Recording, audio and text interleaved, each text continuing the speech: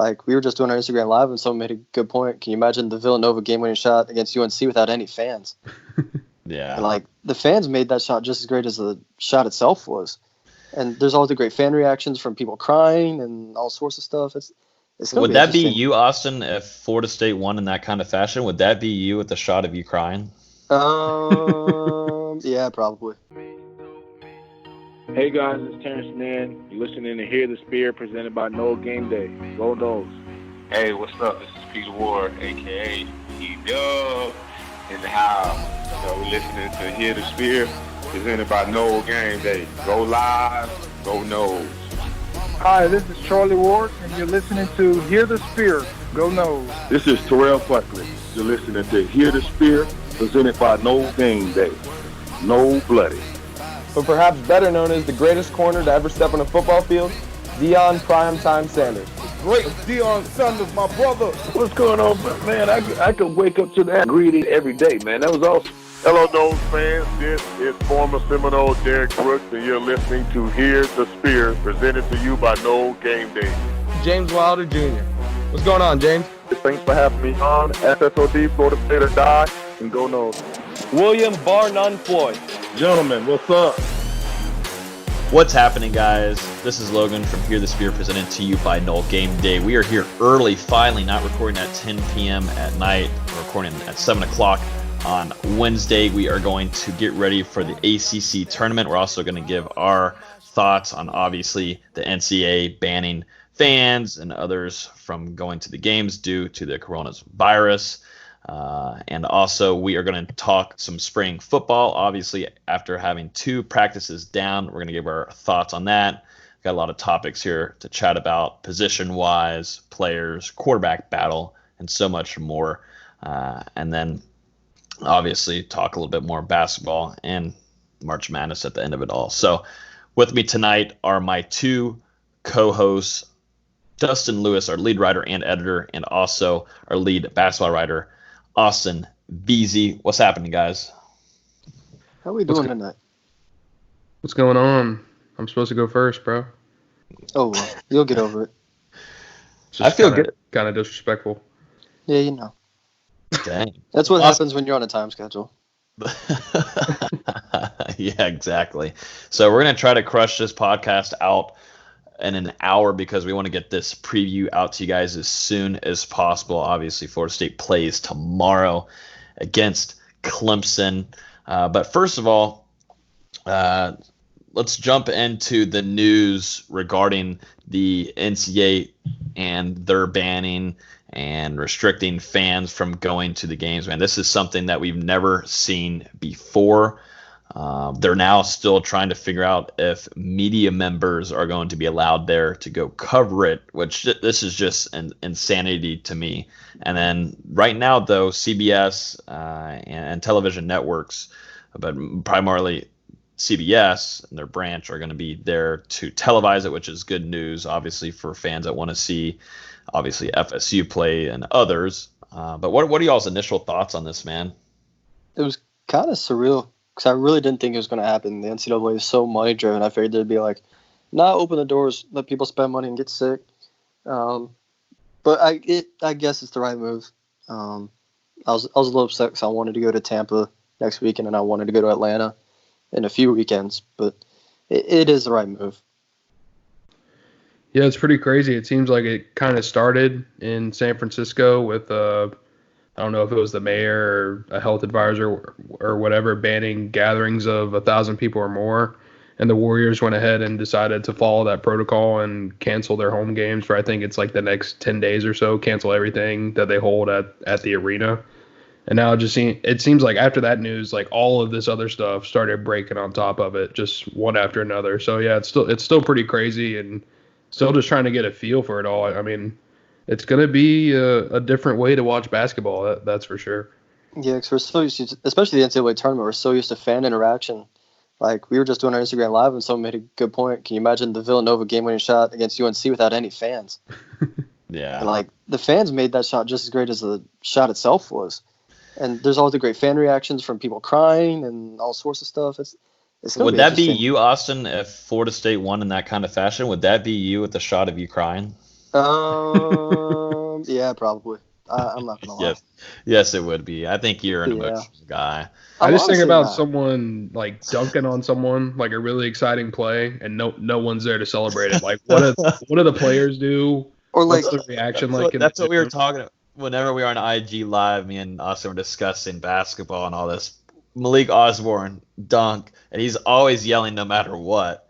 What are they going to catch on the microphone of him saying? That's the most exciting part for me. I want to hear the entire game. I don't want them to mute it when they're under the basket. I want to hear everything everybody's saying. Give me all the trash talk.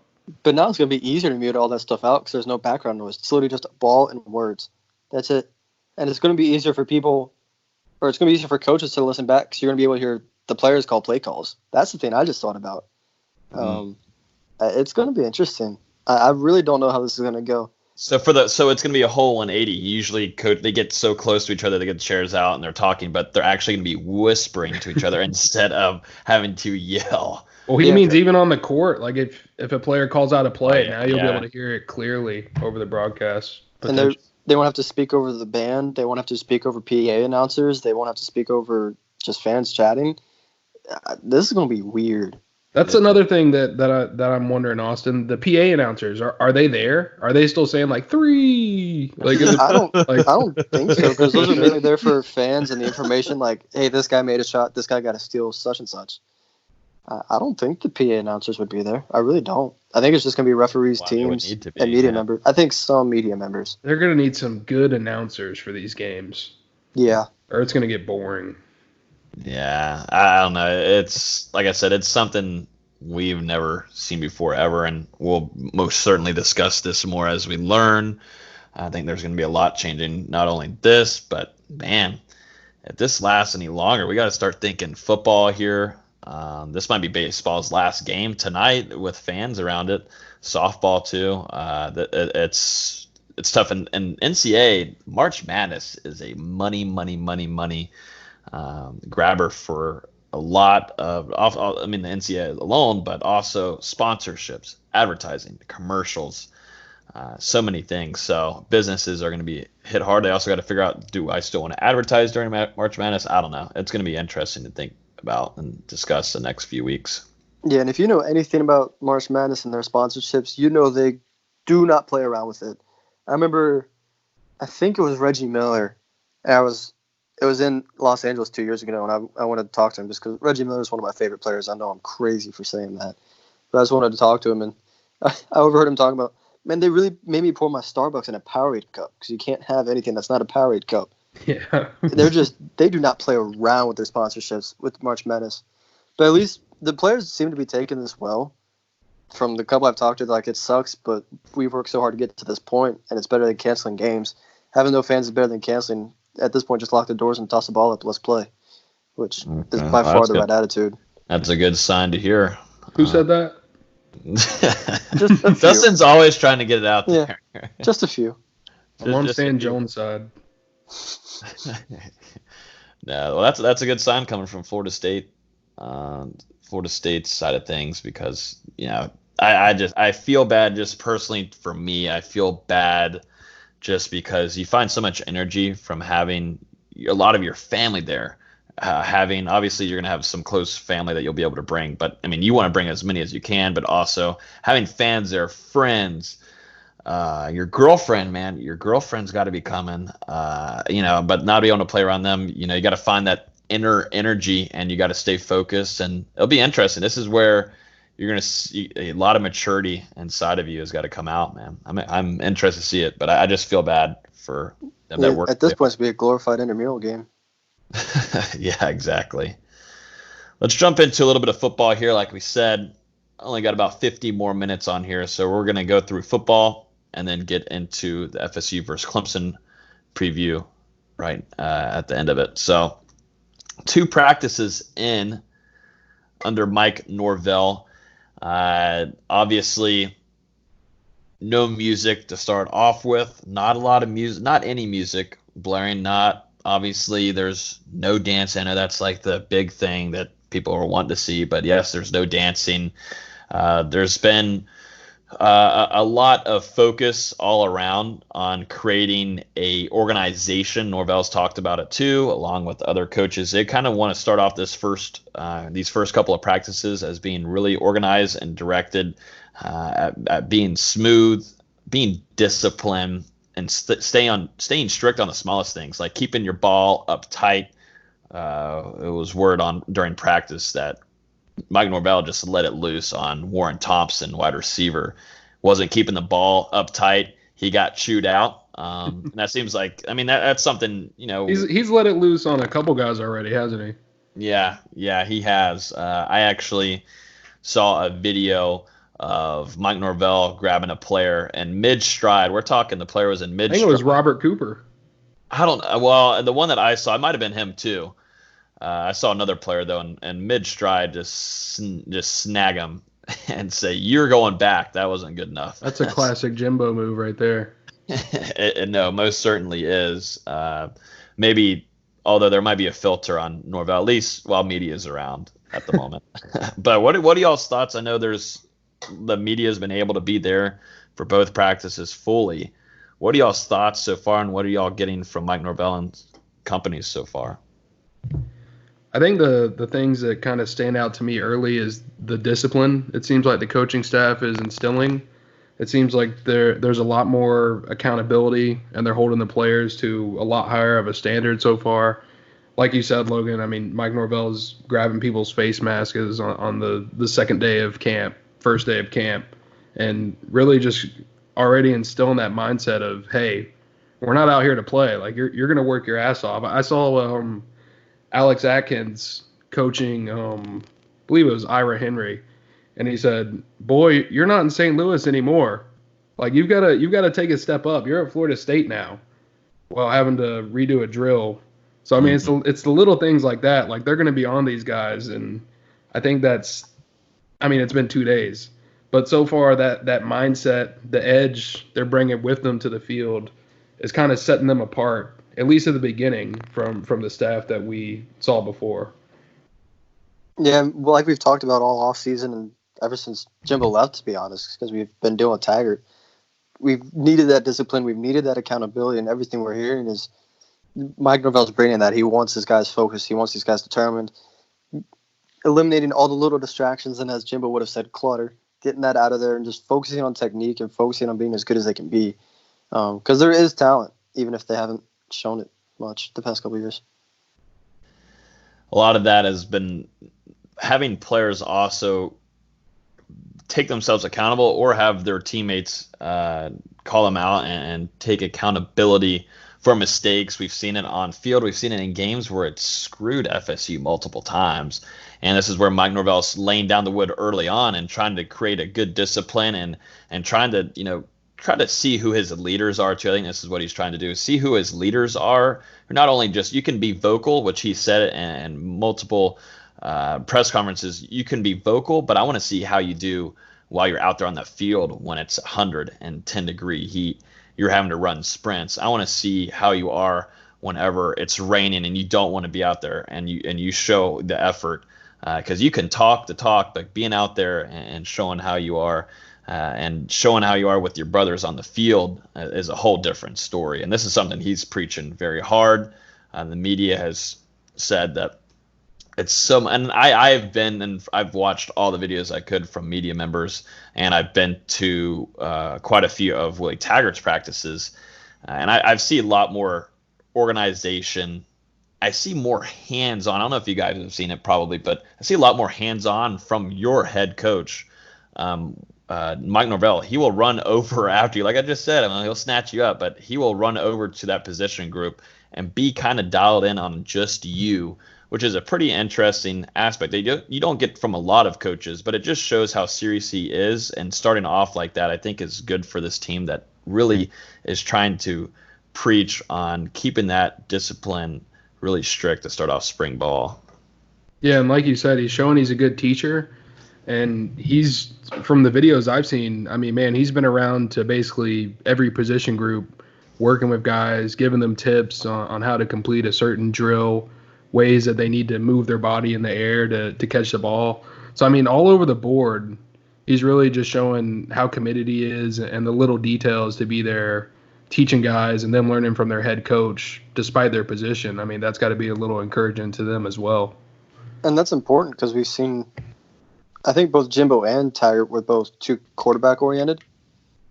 Whereas it kind of seemed like Jimbo was just the quarterback's coach. And yeah, he was also calling plays, but he spent so much time with quarterbacks and not relying on the rest of the team that I'm not saying it did, but maybe it kind of drifted on the rest of the team. With the Taggart, he just didn't connect with anybody. But I think that's important, and especially having a coach that can bounce from position to position to position. You're going to get a lot of respect that way. I really think he will. Yeah, and another thing to take a note of, which I just thought about, is that chemistry probably is going to work out so well because Mike Norvell has worked with a lot of the staff before, and they already know how Mike Norvell works. You know, if Mike Norvell is going to come into a position groups coach, if he's going to come in and just kind of take over that drill, they're used to that. You know, that's something that's just not out of the blue for them. They understand, and it works well for them. So I think chemistry, too, as a staff alone is going to help this team a lot, too, because Willie Taggart's was kind of spread around, too, with different guys coming from all across the nation. You're bringing some guys in that have already been under Norvell before and know what it's like, know how the process is, drill after drill, the different periods in practice. It works out well, and so hopefully, from what we've heard so far, practices are working smoothly. Let's start off with quarterbacks, though. Obviously, we expected this. James Blackman taking first reps and whatever drills. I mean, this is only 2 practices in, but for what it is, he's taking first team reps, and this is not to be a shock to anybody. Obviously, Chubba Purdy is not on campus yet, but I'm sure that's going to create a great competition this summer. Interesting note here, though, and we talked about it too, between Tate Rodemaker and James Blackman, they had that same kind of build, and Tate Rodemaker actually had a pretty nice first couple days in practice. He's just a true freshman. Obviously, James Blackman's got the experience on him, but Tate Rodemaker has an arm, and he had a pretty and had a nice couple days. Jordan Travis, I'm interested to see what Jordan Travis's role is going to take. He kind of struggled a little bit in the practices, but he clearly can have the potential in a different kind of offense. But right here, Blackman and Rodemaker are taking the lead in the quarterback battle.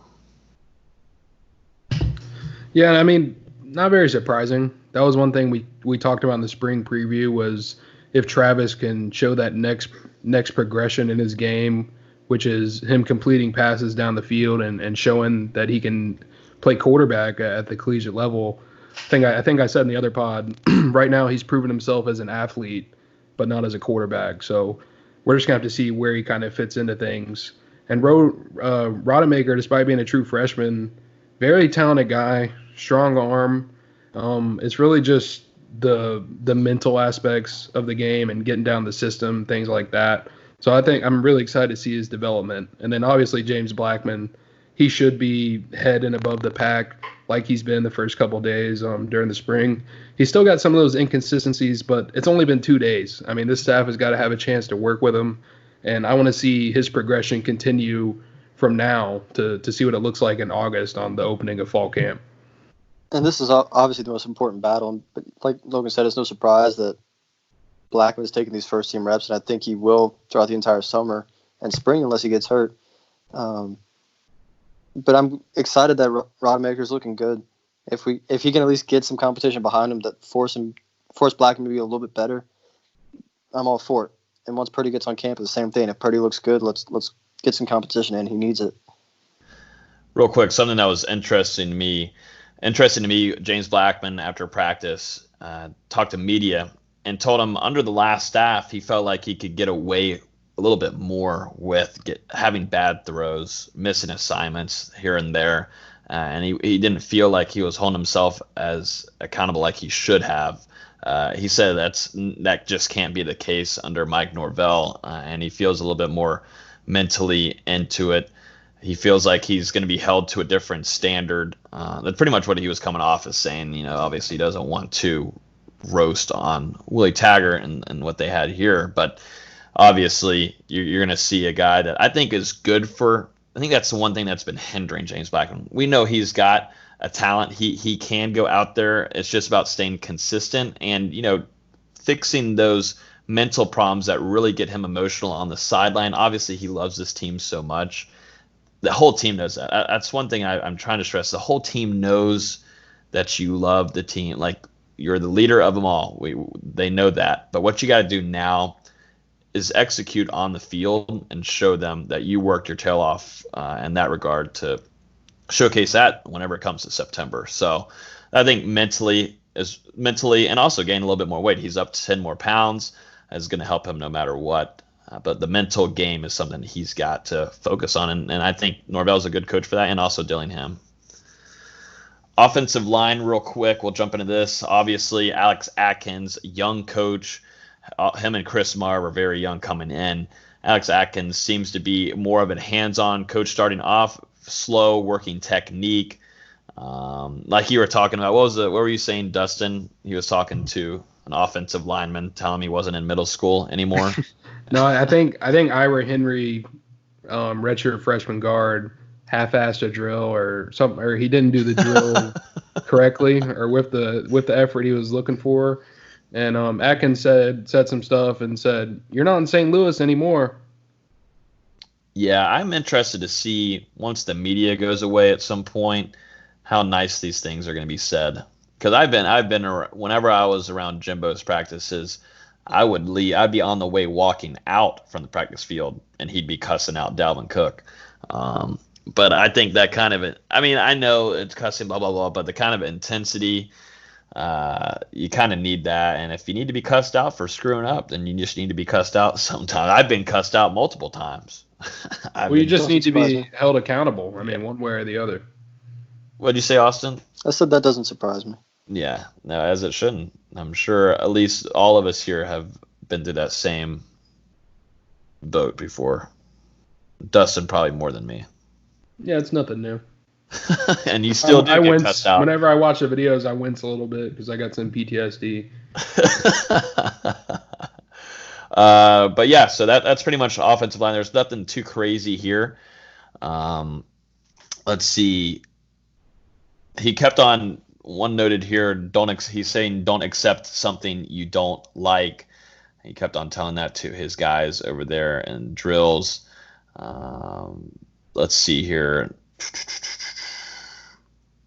It is also good to know Darius Washington, and most likely, and will be starters, Dante Lucas and Darius Washington are out currently with injuries. I need to note also, too, we forgot to do this. Why is that good to note? Well, it's good to note while we're talking about the offensive line. That's why we're not talking about, because I would most certainly probably be saying some things about Dante Lucas. But earlier, we forgot to mention that also Keyshawn Helton and obviously Texas A&M running back transfer Deshaun Corbin were kind of getting some action out there. And Keyshawn Helton just gained 20 pounds. So I'm interested to see if he's able to keep his speed, plus also come back, fully healthy after that leg injury. And Deshaun Corbin, I think, is going to really, if he can get a waiver, he's really going to push that running back department with LeBourne and company. Wide receivers, Tamarion Terry. He's also put on some weight too, but he and Asante Samuel were going at it. I like that. I love it. Asante Samuel, which we'll get into, I think Asante Samuel is going to be one of the best cornerbacks in the country, and I'll put my name on it and put it in an envelope. Well, that's a bold prediction. I think he will be one of the best corners in the country. I'm being sarcastic. Top 3. All right, now let's okay. Bold? Okay, bold enough. Also, someone that I've been really high on, who I think is going to have a good chance of impressing this staff, and I think Ron Dugans already knows what he's got, but Jordan Young, too. What's his nickname? Abusement Park.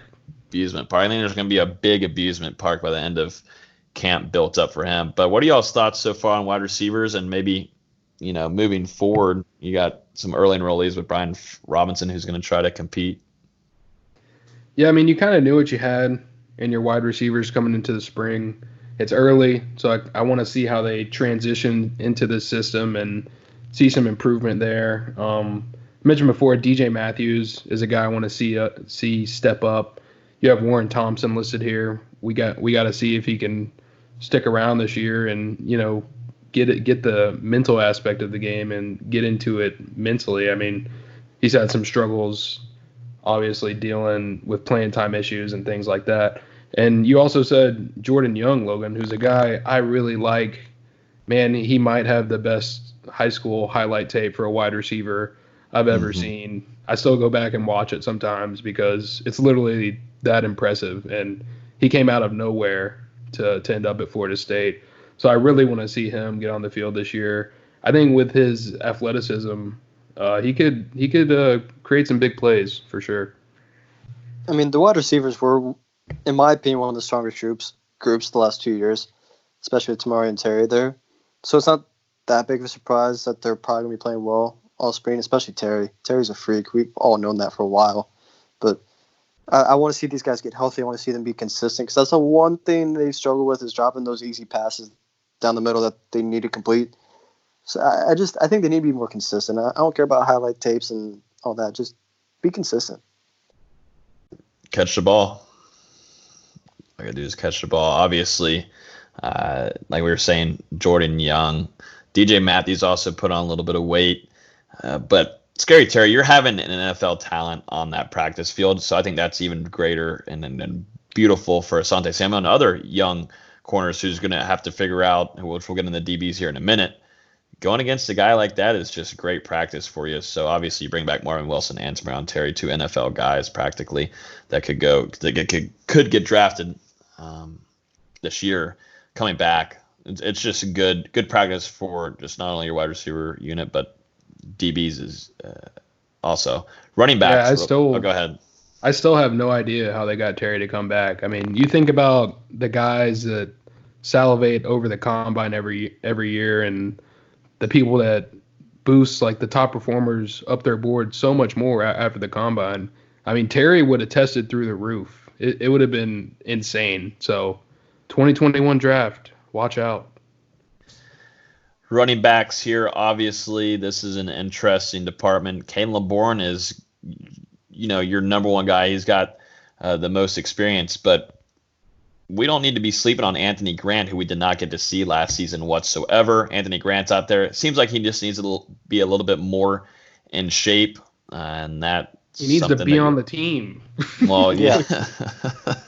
Well, that too. That would help. I will not believe in Anthony Grant until he's on the roster in September. So I'll just say that. I won't believe until he's on the field. Until he gets a couple carries. Like I need to see him out on the field playing, not on the sideline. I need to see him in action. But Anthony Grant, I was excited. I was really excited for him during this time last year, going into the spring. I thought he had a really good shot. Obviously, Cam Akers was going to be your guy, but I thought he was really going to push hard with Cam Akers over Kane LeBourne. So obviously, you've got LeBourne, you've got Akers, and coming in, and then Anthony Grant. But coming in this summer, I think is going to be even more of the Showtime experience with this competition that's going to be coming with LaDamian Webb. You got a speedster with Corey Wren. It's going to be interesting, and Kalen LeBourne is not going to be an easy go-to your number one guy. He's going to have to compete. But what are y'all's thoughts so far? It's an enigma. I mean, you just have no idea what you're going to get out of this position. Obviously, Corbin has to get the waiver. If he does, it's really going to be him and LeBourne fighting for that top spot. But then on the other hand, LeBourne's got to stay healthy. He's got to prove that he's over that injury. I mean, I think he's had, 3 surgeries on the same knee at this point. So he's got to prove that he can be healthy as a starting running back. And then you've got your guys, like you mentioned, Logan, LaDamian Webb and Corey Wren coming in over the summer. Webb is a proven guy at the JUCO level, but can he do it at this level? And same thing with Wren. He's fast, but how is that going to translate over to the field during his true freshman season? So, I mean, we're just going to have to see. David Johnson, he's got his hands full. Yeah, like Dustin said, there's so many question marks with this backfield between Corbin, Laybourne, even Anthony Grant. Like, we have no idea what's going on. Notice I didn't mention him. Yeah. Like we have no idea what's going to happen with this position. It's too early to say, especially 2 practices in. Yeah. Wyatt Rector is probably going to be a big highlight here after the spring. He moves from the quarterback position group down to an H-back type position per Mike Norvell. Kind of going to be utilized for a lot of things. And he has a lot of athleticism. He's probably going to gain more weight. He's sitting around 236, 240 now, but he's got a lot of athleticism. I saw a couple videos too. He kind of looks smooth with it. He's got to get a couple of the regular things down, obviously learning the route tree and kind of just hitting your feet good. But he obviously is impressing staff early on. And Mike Norvell noted on him as being the only player before spring practice started as having a position change. But pretty interesting story to keep an eye on. And he can help out in that tight end unit too, if he can get his blocking down. But yeah, outside of your note, it's kind of like the running backs to me. It's kind of a wait and see thing. I think we talked about it before. He's been a quarterback at every level, though he has proven himself on the ground in high school and a little bit whenever he got a chance at Central Michigan. But we don't know how he's going to transition over to tight end. Weight thing, potentially height is an issue. But, I mean, Mike Norvell does like to use a lot of tight ends and H-backs in his offense. So there could be a role for him that's not a pass-catching role. But I don't know. It's another thing. We're just going to have to see.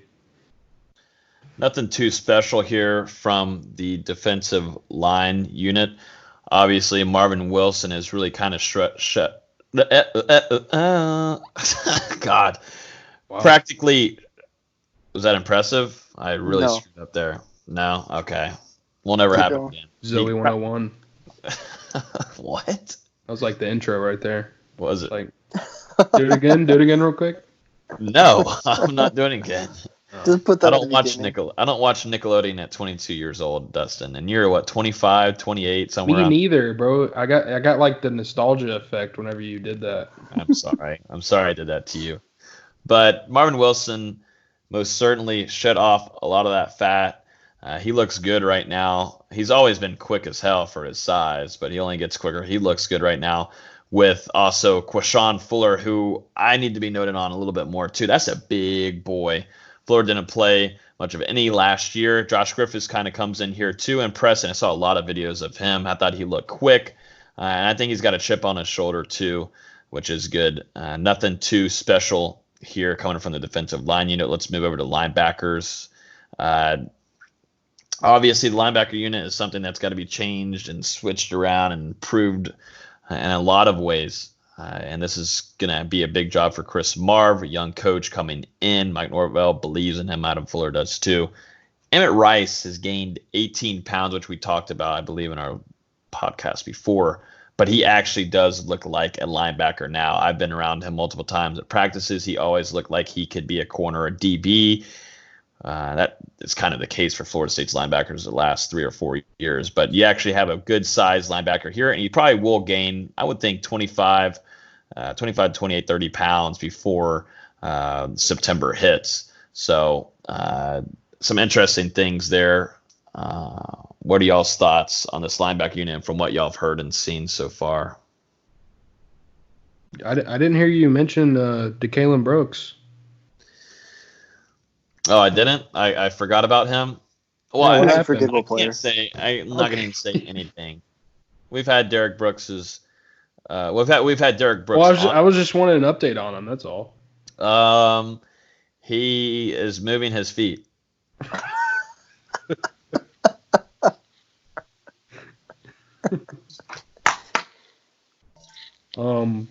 Yeah, the linebackers are really just a unit in need of a rebound. I think that's something that they can definitely get with the addition of Chris Marv. Really like him as a coach and as a developer of talent, and really as a leader of men in general. Seems like a really great role model for these guys. You have it noted here, Steven Dix, true freshman, early enrollee linebacker, has looked really good during the offseason workouts, transitioned well over to the program, and now he's doing that on the field as well.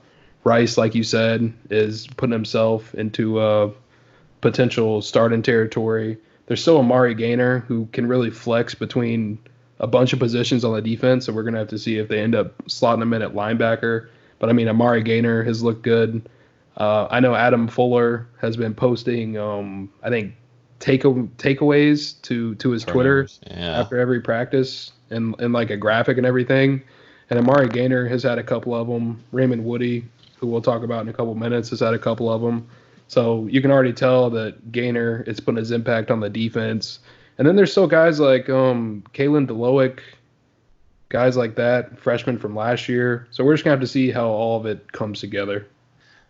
Kalen DeLoic, what do you call it? DeLoic? Deloach. Yeah, I call it Deloach. I'm going Deloach. But yeah, no, there's a lot of young Deloach. Who else am I missing? Deloach.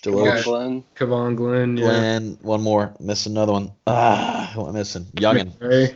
McCray. Yeah, McCray.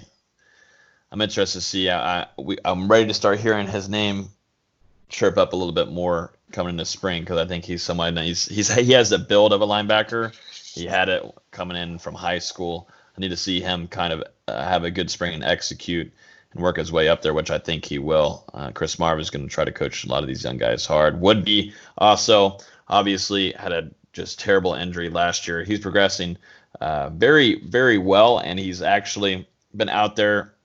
He's been lifting for a while now, but they're putting him out there kind of like that hybrid buck position for him to go out there at. And I think him also having, once Hamsa's back fully ready to roll, I haven't heard much on him lately in his recovery, but having him move to that position too, I think is a good idea for Woodby, as he's gained a good amount of pounds, or he's lost weight. DB's last position group to talk about here. Asante Samuel. I can talk about him for whatever. He was my pick last spring, who I thought was going to be a big force on that defense and be that number one corner over Sanford Samuels. He was. I'm right. I'm so smart. I thought y'all were going to agree with me. I'll just let you have your silence is the best option there. But yeah, he's always had that trash talking personality, and he usually backs it up too. It creates a lot of energy on the field. But obviously, him and Terry going at it is always good for the team. We know that Travis Jay is back out practicing. This is great news. He is actually probably going to end up being my big pick heading into the season to be that guy to watch out for. I think he's the next G5 for Florida State. He actually worked down at corner for a majority of these practices. And obviously, he was at Madison County, being at that cornerback position. Florida State's got a lot of talent back there, and so they're just got to figure out where they want to put it, to be honest. Also, Fagan, I believe it was seen that he had a few breakups during the 7-on-7 and picked off a pass. Adam Fuller really liked the way that he was excelling on the field. But there's always talent back there. There's going to be even more when Demarius Tate steps on campus too. But yeah, DB unit, what do y'all think? I think it's exciting. I mean, there's a lot of potential here for this to be the elite group on defense, along with the defensive line. And really, like you said, it's just finding the right spots for each player and playing them in the right positions and also coaching them up. I think this staff is a much better developer of talent, especially the guys you have that are going to be coaching the defensive backfield the majority of the time, which is Fuller and Marcus Woodson. So I'm excited to see those two guys go to work. They've got a lot of talent at their hands and a lot of different lineups so they can throw on the field. And like you said, Logan, it's only going to get more exciting in the summer when Demari Tate and some other guys arrive. Yeah, we've known this is a talented backfield. They've just had so many lapses, whether it be technique, mentally, just anything. So getting it, like Dustin said, a great developing staff in, getting these guys coached up. These guys can be dangerous not only this year but in the coming years because it's still a very young backfield. Yeah, this whole defensive side of the field for Adam Fuller, if it's coached right and correctly and things go smoothly, it could be a dominant force in college football, man. I think it could be. I mean, it's about as obvious as it gets. We've already ran through it multiple times of how much talent's there. As long as it's be able to, if those players are put in the right position groups, there's no reason why it can't be a top 25 defense in the country, top 20 even. Shoot, give me a top 15. Give me top 10. I don't know if we'll get that in year one. Just like my Asante Samuel quote from earlier, I'm thinking top 3 cornerback after the season's over. Temper expectations a little bit. Okay, I'll drop them down a little bit, but expectations are about to flip real quick. We're talking Florida State basketball here, obviously. Y'all run me down a little bit of basketball. We got about 20 minutes now to go over. Obviously, Florida State and staff are coming away with some awards here from the ACC. But also get me ready for this Clemson game, man. Like, Austin doesn't sound nervous about this. Obviously, Clemson upset the Noles at Clemson, but will it happen again? Yeah, I mean, let's start with the awards first. The big one, Coach Hamilton winning ACC Coach of the Year. I think a lot of people expected it. They were just worried that Tony Bennett would somehow get it after all the clamoring for them finishing behind where they were expected to be. Coach Ham deserved it. He should have been a unanimous choice. He absolutely deserved it. Florida State was supposed to finish, I think, 5th, and they won the conference outright. He absolutely deserves it. And he deserves National Coach of the Year too. He's at least in the top 3. Trent Forrest and Devin Vassell made second team All ACC. MJ was honorable mention. Trent was all defensive team. Should have been Defensive Player of the Year, and I will stand by that. And Patrick Williams won 6th Man of the Year, was named to the All-Freshman team. Florida State got a ton of recognition, which, as the first team in the conference, they absolutely should. There were no snubs besides Trent. Should have at least got more votes for Defensive Player of the Year. And I was surprised Patrick got 6th Man of the Year. I really thought it was going to go to Dane Goodwin from Notre Dame, but I was pleasantly surprised that Florida State won that award for the 2nd straight year. So why do you think Trent Forrest didn't win Defensive Player of the Year for the conference? Because he doesn't have Duke and or Blue Devils on his jersey. I saw your stat breakdown on Twitter, and it honestly kind of surprised me because Trent's numbers were clearly ahead of where Jones's were. Yeah, and the biggest game of the year against Duke, he had 8 steals. And yeah. Trey Jones may have had 15 points in that game, but he did it on like 18 shots. Trent definitely had better numbers. I was a little surprised he didn't get more votes. I expected he'd get snubbed just because Trey Jones is at Duke. But it was embarrassing. I think he had 59 steals to Trey Jones' 52. He has 18 blocks to Trey Jones' 10. All of his analytics were better. The advanced stats were better. The only thing Trey Jones had better was his defensive win shares was 2.0 and Trent's was 1.9. Like, at that point, come on, man. Give it to Trent. More fuel for the fire, though, right? Yeah, and like I said on IG Live and here before, Trent has a chip on his shoulder. Now he's got an even bigger chip now, knowing he had better stats and still didn't win Defensive Player of the Year. When they played Duke, I'm assuming playing Duke on Friday, I don't want to speak it into existence. Trey Jones may have 6 points. Trent's going to be mad. I already know he will be.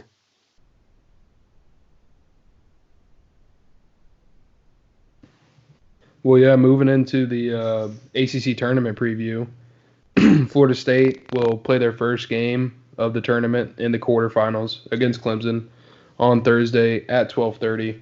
Really early game, kind of salty about it because I'm literally going to be starting a class at 12:30, so that sucks. Same here. Yeah, that sucks. That sucks scheduling wise. Yeah. But it also means, I think I said on the last podcast, if Florida State wins this game against Clemson, they get to play Friday at, I think it's 7 or 7:30. So they get a good 30 hours or so off after this game to recover and prepare to play for back-to-back days in a row. And also begin to manage their recovery for the potential to play 3 games in 3 days. So that's no joke for these guys. But, yeah, moving to this game against Clemson. Clemson won today against Miami. I don't know what round it was, but Clemson won 69-64 against Miami and trailed at halftime, but outscored the Hurricanes 48-41 in the second half to pull out the victory. Austin, what are some of your early thoughts about Florida State matching up with Clemson for a third time this season winning the first meeting by, I think it was 18 at home, and then obviously losing the second meeting by a bucket on the road. Yeah, I know Florida State wanted to play Clemson again. Anytime these guys can get revenge, they want to go do it. I saw it with the Xavier 2 years ago. I saw it with Michigan last year, even though we didn't play Michigan. But anytime these guys lose, they want them again. They want to beat them again. And throughout the whole ACC tournament, not just this Clemson game, you have a chance to play your last 3 losses: Clemson, Duke, and Virginia. That's as perfect as Florida State could ask for. That's just extra motivation. Anytime you can get extra motivation, absolutely go for it. As far as matchup, Clemson last game, they really shouldn't have won. If Florida State just shoots a tad bit better, if they don't have 13 charges, if they don't have inadvertent whistles, if they don't have, all this stuff happen, they win that game, and they only lost by, I think, a point. So I absolutely expect Florida State to win this game. If they can rely on guys like Raekwon Evans, Anthony Polite, Wyatt Wilkes, get some of these guys off the bench, getting good minutes, and still winning the game, that'd be huge. That's what they did last time going into the Duke game. These guys off the bench were able to play big minutes and get big roles and get big buckets. And especially in the ACC tournament, where you're going to have to play 3 games in 3 days to win it, you're going to need these guys at the end of the bench playing a lot of minutes so the starters get some rest and are able to play in the bigger games. Yep, and Florida State does have an advantage coming into this game, not only in depth, but also the fact that Clemson played yesterday. So they're already going to have that wear and tear on their legs and they're not really going to get much of a break. They played at 12:30 today on Wednesday, and they're also going to play Florida State at 12:30. So not a big break for Clemson there. And, typically college teams don't really play in back-to-back days, so they're not as prepared for that workload. So I'm interested to see how the Tigers handle that fatigue, which is going to be there for them, but not for Florida State yet. And it's already not a very deep team. They've got some guys, but once you start getting to the 7th and 8th man, it's bad talent. It really is. I don't remember off the top of my head how many guys they played today. Today they played 9 guys, but 9 and 8 only played 3 and 2 minutes. So yeah. So seven guys played 16 or more minutes.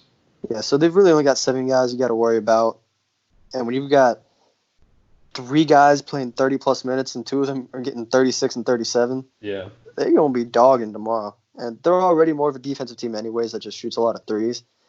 I imagine they're going to try and keep it low scoring while Florida State's probably going to try to want to run it up, if I had to imagine. Well, they might not be as good on defense tomorrow with that fatigue settling in. Yeah. Florida State might be able to find some easy ones, and they definitely didn't find any up in Death Valley a couple weeks ago. Yeah, I think this will be a little more easy to get buckets, just because it's a neutral site and there may or may not be fans. We still have no idea what the ACC is going to do there. With everything that's going on with the NCAA, and the NBA just announced that they're likely going to move to games without fans. I wouldn't be surprised if conference tournaments follow. But yeah, I mean, looking at this Clemson team, Austin, and they played a bunch of minutes today, like we both said. Who are you worried about coming to this game from the Tigers? Amir Sims, he's a very multi-dimensional player. Despite playing the 5, he can also stretch out to 3. He's a great rebounder. Amir Dawes is who beat us last time, and so did John Newman III. Both of those two had great games last time out. Yeah, 18 each. Yeah, Clyde Trapp doesn't worry me at all. If he could handle the ball every single possession, let him, just please. Hunter Tyson's a good shooter. Tevin Max, an Alabama transfer, who's usually pretty good, but he's kind of struggled the last few games. Then after that, you got the only other guy you got to worry about is Curran Scott, who's fine. He's nothing special. He went 1 for 6 today, 0 for 4 from 3, but 6 of 6 at the free throw line. I will note, Clemson shot 94% from the free throw line against Miami. That is not going to happen against Florida State. This is usually a pretty bad free throw shooting team. Yeah, I think I don't have the stat pulled up, but I think they were high 60s or low 70s. They're not very good. Yeah, and they only, despite shooting a lot of threes, I think they're only at like 32% from three. I'm pulling it up now. Went 7 of 22 against Miami. Yeah, so on the year, they're 31.5% from three and 67.6% from the free throw line. So this is generally not a great shooting team. They've gotten hot in the past, but they're not shooting 95% from free throw tomorrow. I highly doubt it. Yeah, I think this game is a spot for Florida State to go ahead and establish what they want to do in this tournament. I really think Florida State wins this one by double digits. I agree, especially with Clemson coming off a game where they had to play three guys 30-plus minutes. Yeah. In a tightly contested game against Miami. Florida State's well rested. They're going to be motivated to play a team that they lost to. They should win by 15. They should. That's what I think. I don't think Florida State is going to overlook Clemson at all, especially after that loss. They want to go in there and dominate this team and really show them what they're about. Yeah, I agree. I think they're going to end up winning somewhere around 76-61, just because Clemson's going to be a little tired. They're not going to score as efficiently. And I really think Florida State's going to be motivated just to smack the living you-know-what out of them. Yeah, I was thinking 80-63 with Trent probably having a big game in this one, coming off that snub. I think he's highly motivated coming into this tournament, and he's going to keep the rest of the guys extremely focused. I think it's going to be guys like Raekwon Evans and Anthony Polite having big games. I'm not saying 15-plus points for each, but 8 to 10 points for each. Those are the kind of guys that you need to have a good game. You need Anthony Polite. You need Raekwon Evans. You need Wyatt Wilkes. And, I mean, you need one of those bigs. You need Olenizik or Balsa to step up. Yeah, I said it way wrong. I didn't know what that was. That's the worst. You need the European guy to be able to get in the game, all right? But you need those guys off the bench every night, to one of them to be able to step up. And that's really what's going to get this team through March, because you know what you have in that starting unit, and it's solid. But you're going to need some guys to come off the bench and be able to give you quality play. So and Clemson's a small team.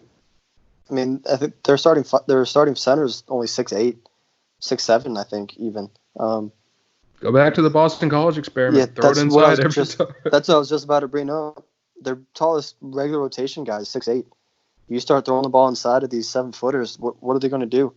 Get those high-low passes going, get those lob passes going. Clemson won't be able to stop it.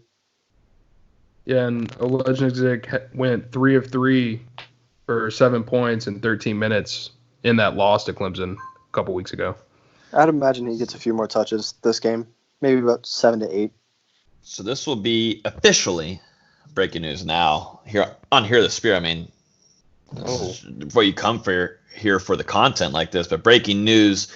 This will be Florida State's first game, I guess, getting ready for the March Madness, because there will be no fans tomorrow at 12:30 when they tip off against the Clemson Tigers, because they just announced about 5 minutes ago from the ACC that there will be no fans in attendance. Only essential personnel and student administrators will be allowed to go. What about the people that already traveled? I'm outside right now. I was like, that's the thing. I've got a ticket for tomorrow through the team. It's not like I bought a ticket. It's family member ticket, so I don't know. Oh, you can go. Family member. You should still try. Well, that's for the NCAA, not ACC. I'm going to have to read the statement. Hey, Dustin, I hope you enjoy your drive back home. Drive? I'm flying. You know, what do you think this is? Who's paying for it? I got business card, bro. You're paying. Oh, yeah. Okay, so it says, all games we played with only essential tournament personnel, limited school administrators, and student-athlete guests. Thanks, Parrot. So, I think I'll be... No, you didn't say student-athlete guests. You did not say that. Okay. Plus broadcast television and credential media members. Okay. So, it's a little different than NCAA. A little bit. Just a tiny, tiny little bit. But hey, screw it. This is got to get warmed up now before you head into March Madness like that, right? A little warm up for it. What a fun time that's going to be. I'm going to be watching that in class. With no people at the game. Yeah. There was no people there today. I was watching the Miami Clemson game. There's like 30 people there.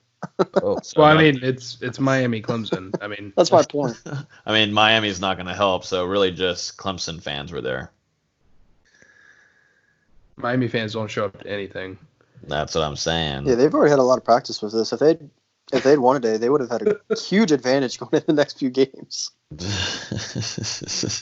So both of y'all are predicting for Florida State to beat Clemson. Fairly Easily. Good to know. I think FSU wins by 8. And I don't know what the score will be, but that's just going to be my guess. They win by 8. It's going to be like a mouse playing with a cat. Think so? A win is a win. That's all I care. Or wait, the other way. But yeah, what new? Let's move past it. Let's end this. Yikes! Jeez. Oh man! You're really gonna take advantage of not having class for 3 weeks, aren't you, Dustin? In more ways than one. I would suggest you use that to work on like academics and just like real life knowledge and stuff. I've got enough of that. The Xbox will help you out. PS4. Oh, PS4, my bad. Ew. Anyways, you did get one question on your Dustin. You did get a question. I'm the one that's like having to go to your notifications, but this is from Dakota. Figure we just skip it. It's my brother, so. Just give him one sentence. Or are you gonna read the question? Yeah. All right. This is from Dakota, Dustin's brother. After you just told me. Do you expect to hear more player chatter with no fans in March Madness, or will they find a way around it? Also, what unexpected team that no one's thinking of do you think will pull off a championship win? That pertains to the NCAA tournament, but you could answer the send questions about the ACC one as well. Okay. So let's start with court chatter. Uh-oh. I think the... Yo, your mic. Okay, we're losing. I'll just answer first. Go ahead. This is all we need, Justin, just to give us 2 sentences.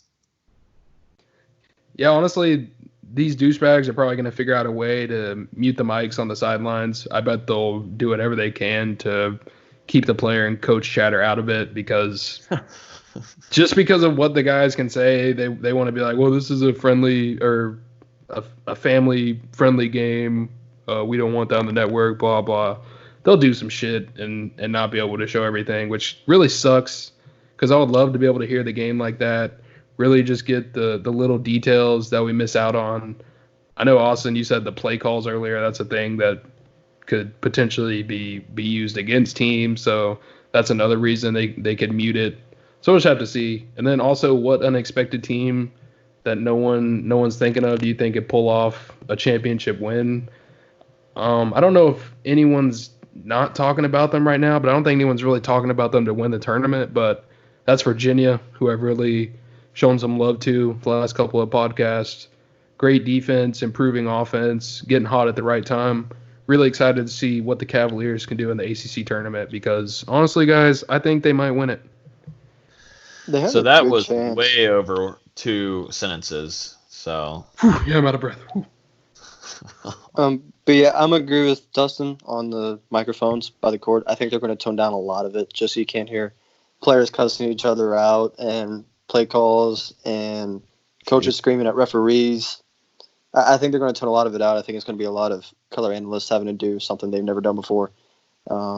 As far as who can make a championship run, I'm going to avoid the ACC. I'm going to go with one of the hottest teams in the country, Providence. I think they're going to be a lower seed, 9 or 10, but they've won a lot of games recently. I wouldn't be surprised if they make a run. I don't think they'll win it all, obviously, but I wouldn't be surprised if they made a run. Some bold statements there. But yeah, this is going to end off this podcast. We're going to hit exactly an hour. Congrats, you guys. We actually did something and stayed on schedule for once in our whole lifetime. So now we just have to make sure you get it posted on time.